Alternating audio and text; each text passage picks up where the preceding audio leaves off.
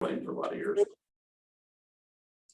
All right, it is 2 o'clock. We're gonna go ahead and get this thing rolling so we can respect everybody's time and get through our agenda and get everyone out of here. I'm Tyler Palmer. I'm with the city of Moscow, Idaho. I oversee our Public Works and Services group.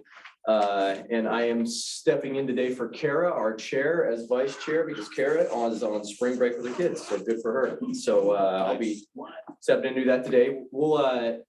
We've got the agenda that we'll run through today. To kick it off, we'll start with some introductions. So I'm going to start with the people that are in the room, and then we'll jump to the people that are online. So Eileen, if you want to start here, and we'll make our way around this way. All right, I'm Eileen McCall, and I am a council member, City of Pullman. I'm Sean Coates, City of Pullman Public Works Director. Brian Johnson with U of I. I'm Tom Jenkins with Alta Science and Engineering. David Hall, Lake County resident, member of the stakeholder interest group or whatever it is. Van Thompson, my wife and I own property between here and Potlatch. Sam Riley, Little Brent from Potlatch, farmer. Mark Story, Whitman County Public Works. Paul Kimmel, I'm a Lake County PBAC rep. All right, let's jump online. And since I've got Commissioner Handy right in front of me, let's start with you. Yeah, my name's Tom Handy. I'm Commissioner for Whitman County. All right, Mrs. Terusio, Hi, I'm Gina Terusio with the Moscow City Council. Mr. Parker, Hi, I'm Mike Parker with the Moscow Water Department. Steve, I've got you next on my screen. Steve Robichon, PBAC. All right, how about you, Tim? Yeah, Tim Lake, University of Idaho rep on PBAC. Okay, Pamela? Hi, Pamela Teterenko, community member. All right, thanks for being with us. Celine? Yeah, Celine Accord, also hopefully future community member, just interested in learning a little bit more about PBAC. Excellent. Okay, I think I hit everyone that's on there, and we've had somebody else join us in the room. Gina Elliott, community member. Perfect. All right, thank you all, and thank you all for being here for our April meeting. The first thing that I would like to discuss is approval of our February 17th minutes.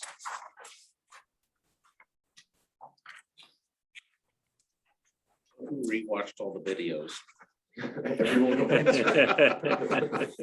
I would move to approve and also note, thank you, Steve Robichon, for this very accurate rendition of minutes. A second. All right, I have a motion and a second. Any discussion? Hearing none. All those in favor? Aye. Aye. Any opposed? All right, the minutes stand approved.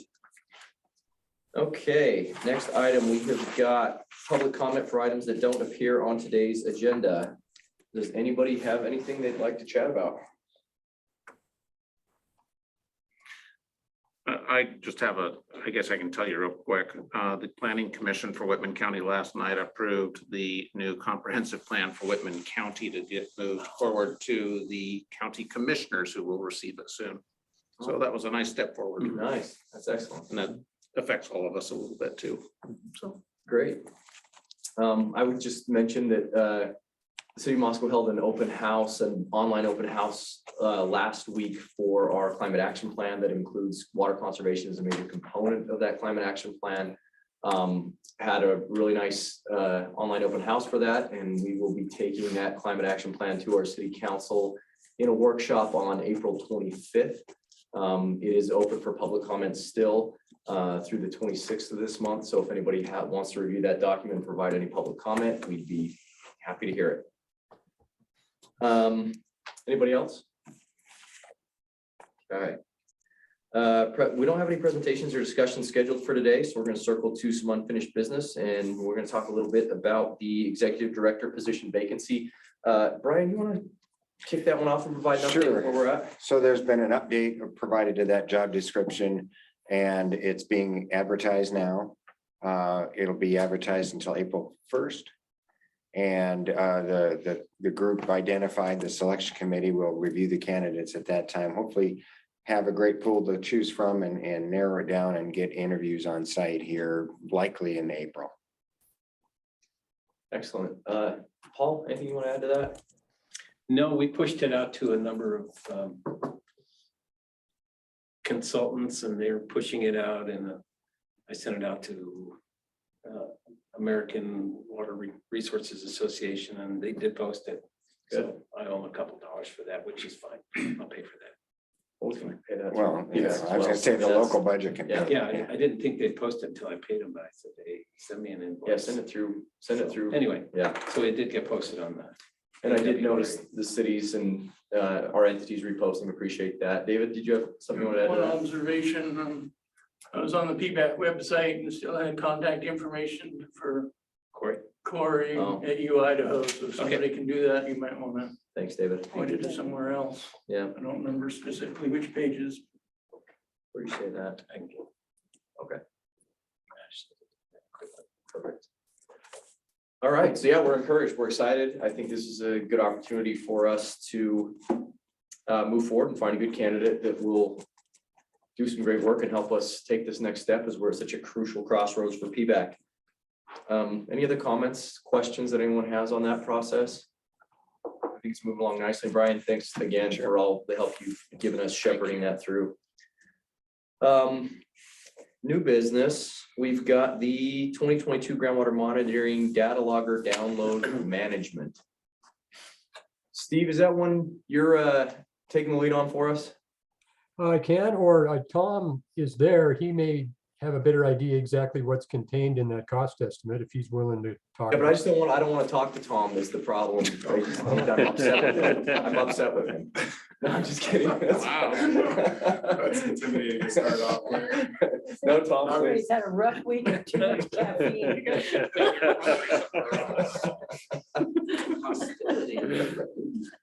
With that intro. With that intro. Appreciate it. Because I'm happy with the lighthearted intro because I think overall the biggest change with this year's downloads is that it is a little bit more expensive due to multiple things. The first being Alta's labor rates went up, not significantly, but I think all of you know Kyle. He's the one who takes on most of the work, most of the download work in the field. His rates went up by $10 from last year. Mine went up by 11 and Robin's up by 17. And so that's a portion of why it's increased, but the main bulk of the increase was about 9,800 last year, and it's 14,000 this year is to cover the cost of the new data loggers. That cost is about 3,600. So if you subtract that from the overall cost of the project, it's a little less than 1,000 more than it was last year. And that's due to our labor rates and a slight increase in the mileage that we went over in last year. Tom, what's the need for the new data loggers? Is that just aging out, just replacement? Battery life? Okay. Yeah, so each year there's a number of them in the network that have exceeded their lifespan essentially, and batteries are going out and they're not producing accurate data, or they're in risk of just not providing any data and dying. So I think Alta started in 2019, and originally, I think that year we replaced 5. The subsequent year we replaced 3. Last year was 4. And so we're making a lot of progress in getting most of the loggers updated. So I don't anticipate there being much need for replacement of many this year.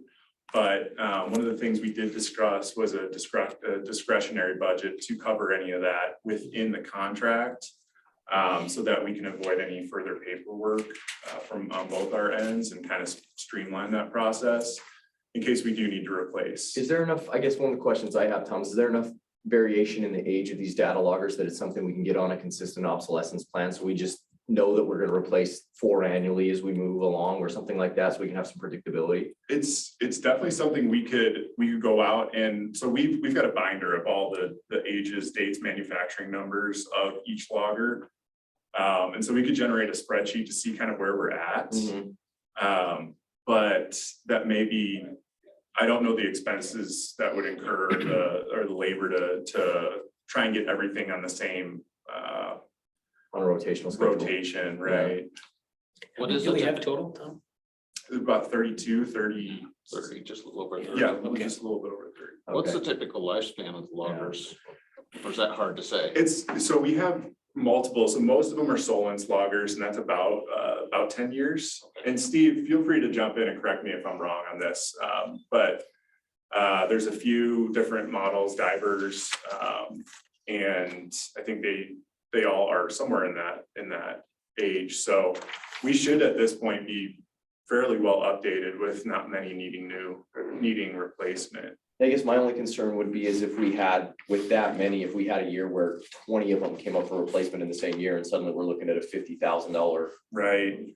I don't anticipate that. Yeah, at this point, They're more staggered than that. they're really staggered. I Okay. think the max replacement is, so far as we has been like 5 in a year since we've been with the downloads in 2019.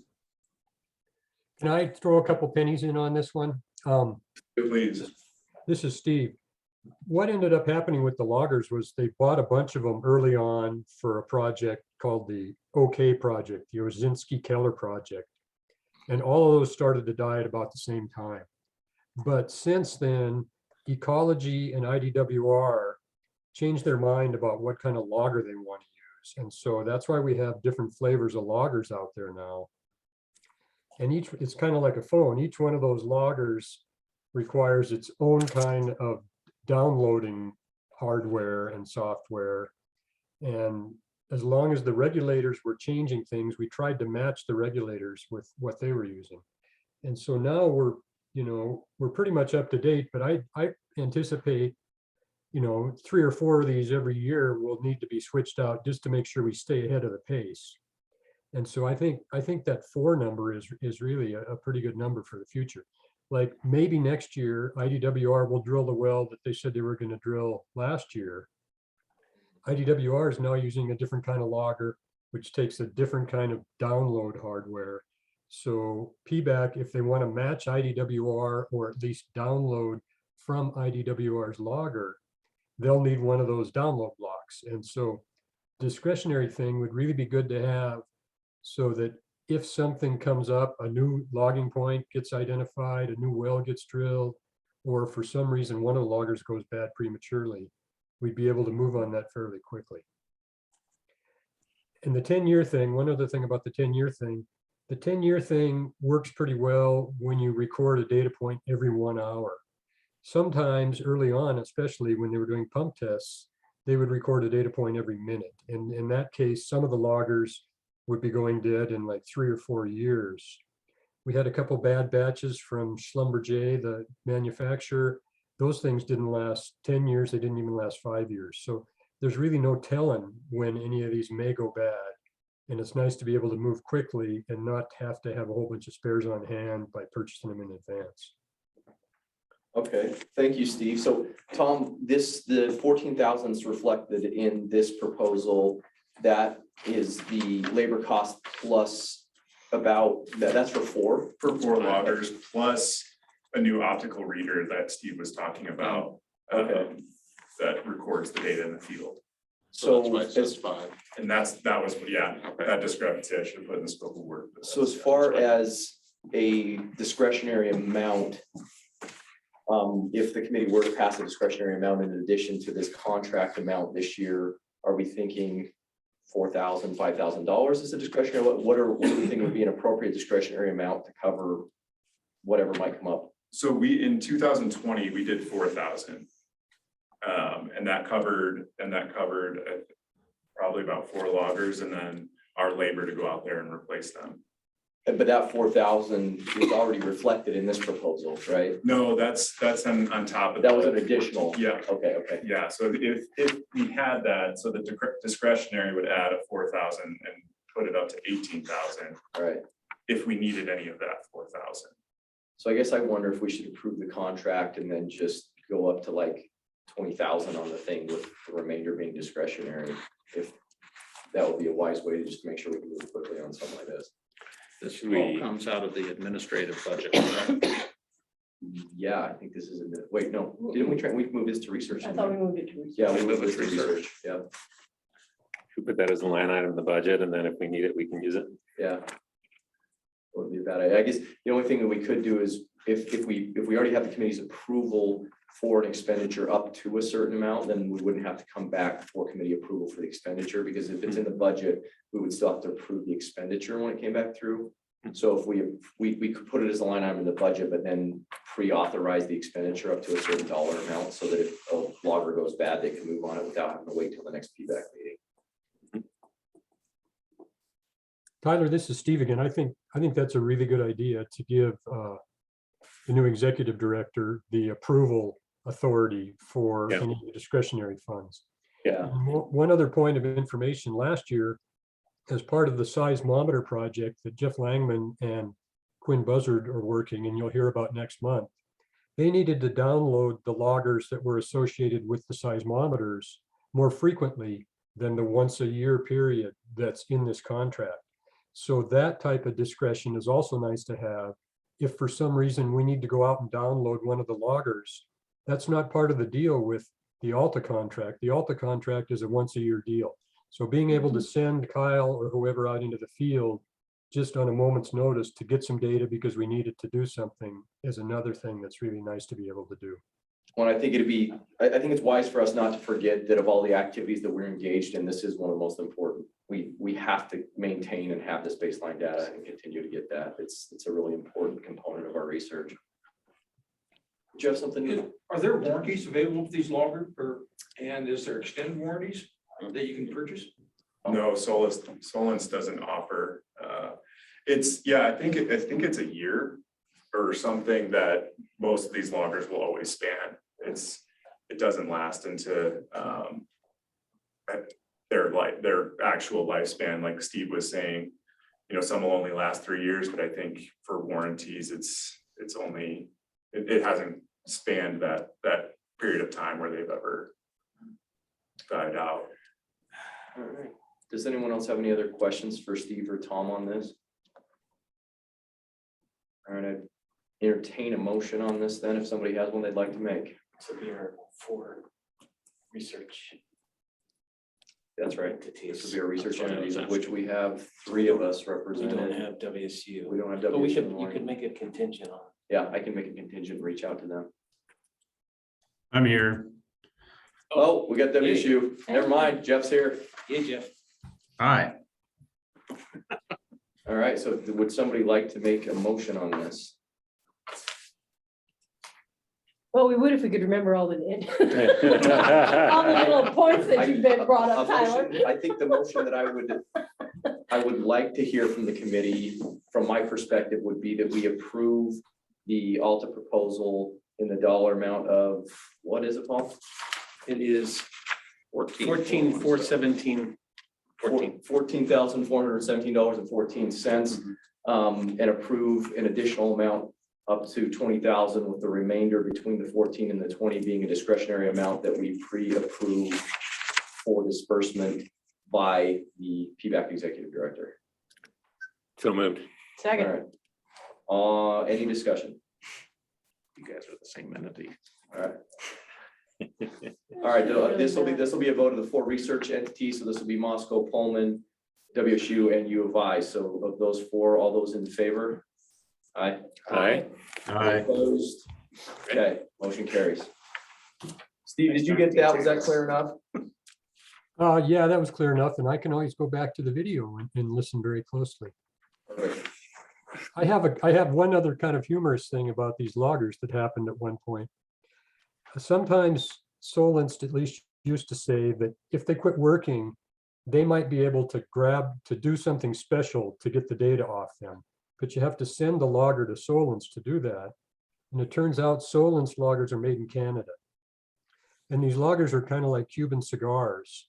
And it turns out that it's hard to send a Cuban cigar shaped item in a metal tube to Canada without Canada's Customs Department getting a little bit excited about it. So it's a real pain to try to get things repaired up by Solence. Lovely. I've had a similar experience with, the chemicals, yeah. All right, so our next item under new business is the NSF Civic Planning Grant Proposal Letter of Support, and we've got Tim on the line, and I believe we'll let him run us through the specifics on this one. Yeah, and can I actually, let me see if I can share a screen. Looks like I can. I just threw together a couple of quick slides as a crutch for myself, but then also just to more effectively share kind of what we're thinking. And I just need to see whether that's getting shared. What are you guys seeing? Nothing yet. It's black now, Tim.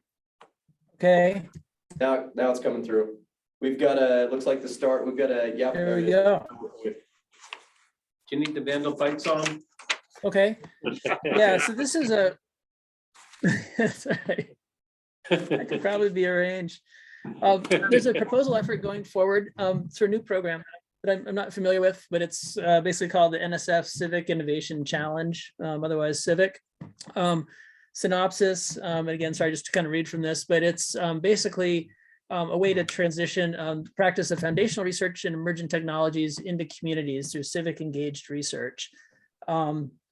And a key thing is that what it does, and actually I've just stolen little snippets of text out of the actual NSF call for proposals, but it flips the community university dynamic. So it basically asks for communities to help identify civic priorities rather than the other way around, where university researchers basically come up with ideas and then go back to civic partners.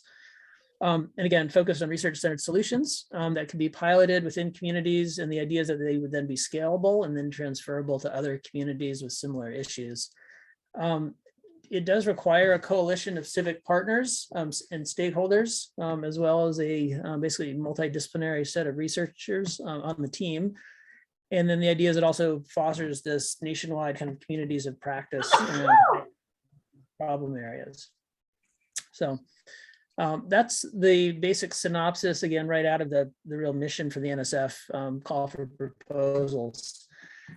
So the one that's being developed, we're just calling it the Palouse Moscow Land and Water Futures Project, and these things names could change, but the main issue is basically, as we all know, that there's a lot of focus on, or that we're facing the impacts of growth and climate change. And the concern is to try to get ahead of some of the issues and essentially be able to help essentially design communities and developments, et cetera, to be more resilient to climate change in particular. So, and again, these are little snippets I've taken out of the document that I think Steve circulated. So the idea is to try to come up with different alternative futures for Moscow and then develop solutions to mitigate the impacts of the business as usual trajectory that we're currently on. And so again, the idea here is to bring together a bunch of different groups that do alternative future visioning and landscape architecture, environmental science, geodesign, narrative development, representation, planning, visualization. And the collaboration is basically, this thing is being essentially developed by the Center for Resilient Communities. I believe that Andy Kliske will probably be the lead on the proposal. I'm not sure if folks know Andy or not. And then some of our other partners that we've currently identified are the Climate Action Working Group in Moscow, Idaho, I guess is it Council for Sustainable Agriculture, PCEI, and I think Jen has probably already contacted Tom about that, and PBAC, of course. So there's two different tracks within Civic, and the one that we would be applying under would be living in a changing climate, basically pre-disaster action around adaptation, resilience, and mitigation. So again, it fits, I think, really well with some of the water issues on the Palouse. What we are doing, the immediate need is a planning grant. These things are nice, they're short, they're only 7 pages. It's due in early May. NSF plans to make 50 awards for the planning grants, and they're not that much money overall. They're about $50,000. And then if you take out the university overhead, that ends up being about $33,000. That's actually spendable. And the reason, of course, we want to do the planning grant is that in order to submit a full proposal, you have to have an approved planning grant. And so the full proposal, assuming that we get the planning grant, would be due February of next year. And NSF is looking at probably doing 20 awards for the fulls. And again, with the overhead, that ends up being about $660,000 spendable money. And kind of one of the funny little quirks about Civic is that that money would have to be spent within the course of about a year. So it's a 1 year horizon on that, which is a little unusual for a lot of these NSF grants. So actually, we're looking for a little bit more than just a letter from PBAC. But one hope would be that we could have somebody from PBAC, we're thinking probably the executive director, listed as a senior personnel on the grant, and then potentially a co-PI for the full, assuming we get that far. To be respectful of everybody's time, what we'd be looking for, again, since that person would not be hired, would be to basically have somebody or a small group from PBAC essentially meet with the proposal team sometime in the late March to early April window, just to help communicate PBAC needs and to align the planning grant with PBAC needs, and then to review the draft and the final proposals. And again, those would both happen in April with the idea of a early May submission. And then we would also need a letter of collaboration. And that's pretty easy. There's actually some stock text that NSF uses for just boilerplate letters of collaboration that essentially says, yes, we agree that we will do what is in the proposal as collaborators. So that's the sort of real quick overview. And I don't know if we want to chat about it, if folks have questions, but that's where we're headed right now. Does it, so in the short term, Tim, what the request is just a letter of support in the short term is what you would need for that initial planning grant application? Yeah, it'd also be to meet with the proposal team for probably about an hour Zoom call sometime in late March, early April. Okay. Just to basically engage our stakeholder groups during that planning and proposal phase. And then to also review the proposals. And again, it's a little tough not having the executive director. So that's, I'm not sure the best way forward. If we just want to have somebody on the PBAC volunteer to potentially be the person to play that role in the absence of the ED. Okay. Does anyone have any questions for Tim on the application? I guess one question that I'd have, Tim, is and this goes to, I guess I don't understand the whole scope of the grant, but do you anticipate it being a problem at all with the university being the lone of the 4 research contributing entities, University of Idaho being the lone entity that is no longer contributing research funds? Do you think that might weaken your application? That's a good point. I hadn't really thought about that. Yeah, I think it maybe would. And this might be a way that we could use this as a way to help get some leverage back from the university. So, yeah, and in no way, I mean, I know that that's not a decision that's made by anyone in this room. It's just that's, the supporting the research is important, and I think it's important in both directions. So yeah, I don't know if I have any other questions. No one else? Are we allowed to say anything? Yeah, you can, sure. Go ahead. I was just talking to somebody at NRCS about the water issue, and she had some ideas. I wondered if she could be in on something like this. National Resource Conservation Service. yeah, and that's a good point. We haven't, I mean, this is all very much, I mean, we've only had one brief meeting on this, and so it's very much in the preliminary stages. And so, yeah, actually involving some federal folks could well make good sense because it really does. The idea is that the proposal will deal with both the urban expansion into aglands, as well as how that expansion happens and how different developments occur. And so, yeah, I think actually, oh, sorry, go ahead.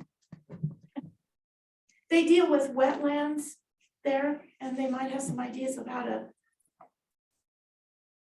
use wetlands to help replenish the aquifer. Yeah, and that yeah, and that's the sort of thing I think that, thinking about kind of sustainable and creative progressive approaches to design makes a lot of good sense. So yeah, I'll actually recommend that to the team, that we actually reach out as well to some of the federal groups that are also aligned. And I think the soil water conservation districts are another group that we haven't identified yet that would be logical connections. Well, Tim, I appreciate you pursuing this. I think this is great. I think it makes a lot of sense. Would anybody like to make a motion on this issue? Yeah, I would move to approve the letter of collaboration and maybe suggest we identify a couple PBAC members to serve as to work with the proposal team. So, and I'd be happy to be one of those. Okay, thanks, Paul. That'd be great. Yeah, thanks, Paul. Yeah, and in fact, that was one of the, I mean, the sort of subgroups within PBAC that we've identified as being probably the most aligned would be the citizens engagement, or sorry, the stakeholder engagement group. And likewise, you know, again, we don't know exactly how this proposal will take shape yet, because as I said, we're really looking for the community partners to help drive the directions of it. But I could also see potentially, you know, assuming we get the full proposal, that there could also be some funding to sort of flow back to the partner organizations to, you know, essentially help with stakeholder engagement and other types of things like that. So Paul, was the motion to approve the drafting of a letter of support and then approve participation on the level necessary to move forward the grant? Yeah, just leave it there. Okay. We have a motion on the table. Second. Get a second. Any discussion? All right. All those in favor of the motion? Aye. Any opposed? All right, Tim, if you'll just communicate with, if you'll loop in Paul as a communication chair for us, and then Kara and myself and Steve, then we'll coordinate on that and make sure we get you back what you need. All right, that sounds good. Yeah, and if there's anybody else that's part of the group that would be willing to, again, play a role in terms of the scoping and the revising or the editing of the draft proposals, that'd be great too. So, but I'll pass it on to the group. Thanks, Tyler. Thanks, Tim. Yeah, we can get this in front of the SEG. Yeah, that'd be a good group to engage with it. All right, that brings us to our next agenda item, which is the subcommittee reports, budget subcommittee. I don't know that we have an update from the budget subcommittee today. So then that we'll move on to communications, Paul. Yeah, communications, we just continue to push out social media posting. Ashley's just got a pretty regular calendar of messaging out there, so things are going well. And then she's also posted out on social media the position announcement. So, and we'll get the website fixed with contact information too. We haven't set up a SEG meeting yet. I'll wait for Robin. Robin's on vacation right now. I'll wait for her to get back, and then we'll figure out when that next SEG meeting will be. So, okay. Just have a comment. I'm hearing from more and more non-PBAC savvy people about their knowledge of PBAC. Oh, good. It just seems like I'm getting more and more of that I never used to get over the years. So some of the things we're doing are working. And there are more and more people, I believe, starting to be aware of our efforts here. Yeah, anecdotally, I would say the same thing, Mark. I said, like, just the general awareness that we have a water issue in the community, I think has really elevated over the last several years. So whatever we're doing, we need to do it some more. Keep working on it. So if I could, Tyler, too, and I shared with you and Kara, the Latah County Commissioners, thank you, Tom, have committed some ARPA funding, $50,000 for PBAC to do some water conservation outreach. So we haven't put the details yet, but that kind of matches up to the work that Corey had started with the Palouse Conservation District. So that includes some direct outreach, some water saving devices and information. So we'll make sure it all sort of syncs up well. So more to follow there too. That's great news. What's that? It's great news. Yeah, that would be really cool. Research, who's leading for research? Is that Mark, Sean? That's me. Yeah. So the PhD student that was working on the WSU groundwater model has responded to the research subcommittee's comments on the draft report. He's since finalized that report and responded to all the comments. So we're going to convene that group here in April to talk through a review of all the comments that have come through from Ben, and then decide what steps to take next. There are some limitations in that model that we're going to be talking about and what we have to do to advance the model. Effectively, unfortunately, it looks like that model is not going to be valuable from a predictive standpoint. And Steve, jump in and certainly add to that if you want to do that at this point. But yeah, there's still work to do on the model. Steve, was there anything you wanted to add to that? Not specifically on the model, but a month or two ago, I presented on the basin boundaries, and one of the issues in the model is the boundary that it used. And Jeff, I think, asked for some kind of documentation from Professor Bush about how it was and what the research is behind the new boundary that's being proposed. And he's got a paper that he's finished or is in the last stages of finishing. He'll be wrapping that up. And I'll either be getting that out to folks in the next month or so, or he may be able to present it either in person or over Zoom, depending upon how things go there. So we do have the background research associated with the proposed boundary change going forward. Perfect. Anything else on that? Any questions for the research subcommittee? Yeah, Mr. Chair. Question, Sean, do we get a sense, did you get a sense from WSU that they'll continue working with us, or is it, it's like, hey, we did our best and I'm moving on? No, I really, yeah, great question. And I didn't get the sense that there was going to be a lot of effort going forward beyond that initial response to our comments. Yeah. Because the way it was sent back to us, it was sent back as a file.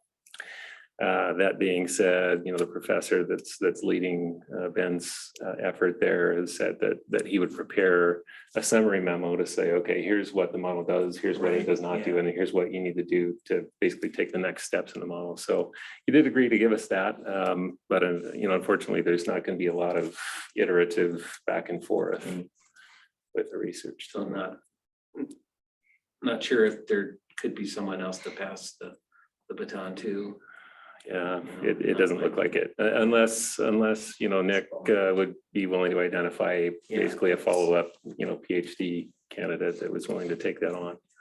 But we had actually talked to Ben Kofer, again, the PhD student who was doing the work, and he's since taken a job with a consulting firm, and asked him, would you be willing to take on some additional work through your consulting practice that would advance that model, and he said he thought they probably would not be interested, which surprised me. So yeah, it's surprising. Thanks, Sean. Yeah, it'll be interesting to see the final outcome of that one. Okay, let's see, other reports or announcements. We've got our next PBAC meeting on Thursday, April 21st. That's at 2 p.m. Is that slated to be here? Or are we rotating? Are we back on rotation? I don't know. That's a great question. We're set up so well here, I can't imagine why we would make a change. I mean, all the tech seems to be working. We got everybody looped in. Yeah, as long as it's not too much of a burden on you guys, Brian. That should be good. Okay, then we'll leave it set up for here then.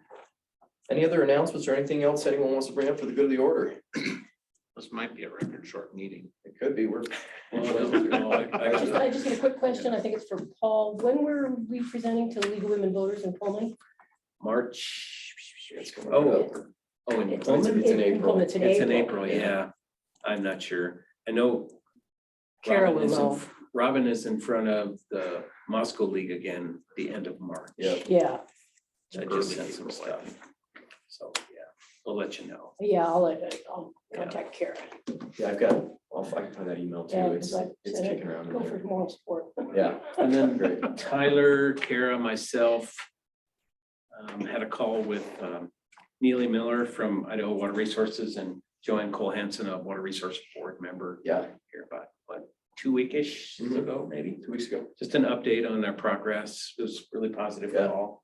Thought it was a good call. They were excited about the progress. We agreed that rather than try and put something together without too many results to report at the spring meeting, that we're shooting for their summer meeting in Mountain Home, that we'll go and make a presentation to the board down there and let them know about the progress that we've made at that point. And I think it's a good strategy. Yeah, I think we came out of it with a better approach for that. That gives us enough pressure to have a product. Yeah, but they seemed, encouraged and excited and completely willing to help. And then we also, I forgot to tell you too, we also do have a meeting scheduled with Eastern Region Ecology, Brooke Beeler and her team at Ecology. And that will be I believe an in-person meeting early April. I'll let you know the dates on that, but we did get that locked in. So there is a Water Resources Summit that they're holding in Boise next month. Tim probably knows more than anybody about that. Yeah, Tim, you want to provide any details on that? Yeah, I can give the quick overview. It's basically the research office is trying to pull together as many folks within the state of Idaho as possible that are kind of viewed as the large kind of thought leaders in water, to basically have a workshop with a whole series of panels focused on everything from upslope, sort of terrestrial land management, to aquatics, to mining. There's a governance panel. There's a whole bunch of different panels.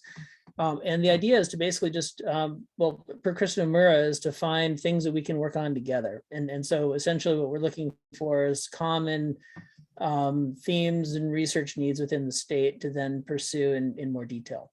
So that's kind of the gist of it. The governor is going to speak. The Speaker of the House will be there. Bunch of CEOs of different companies, and then a whole bunch of university folks, of course, and then different folks from different management agencies and state agencies, nonprofits, tribes, et cetera, in the state. So yeah, it's pretty exciting. And I think, Paul, you're going to be there, aren't you? I think I saw you. I'll be there as well, Tim. Oh, you will? Excellent. Okay. Yeah, so again, it's mainly to help set some research directions from the university. So something I'm really excited to see. Perfect. Any other announcements?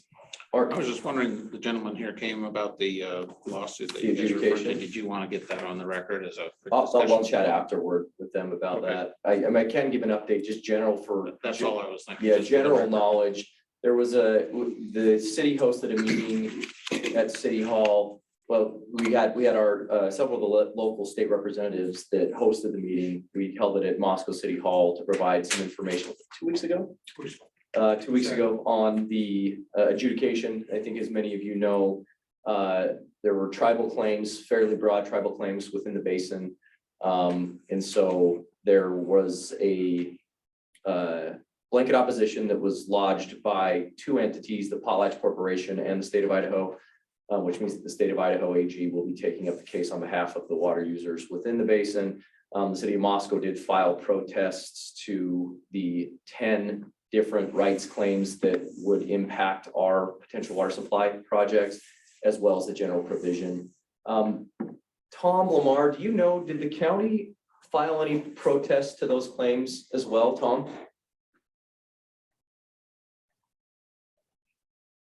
I don't know if Tom's hearing us.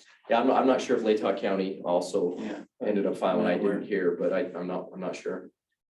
That's all I was looking for, a summary so everyone can hear what's happening. Yeah, so that'll move forward. There's a protest filing deadline that's coming up in April. I think it's April 9th. And then, yeah, and then it'll start working through the process. Anything else?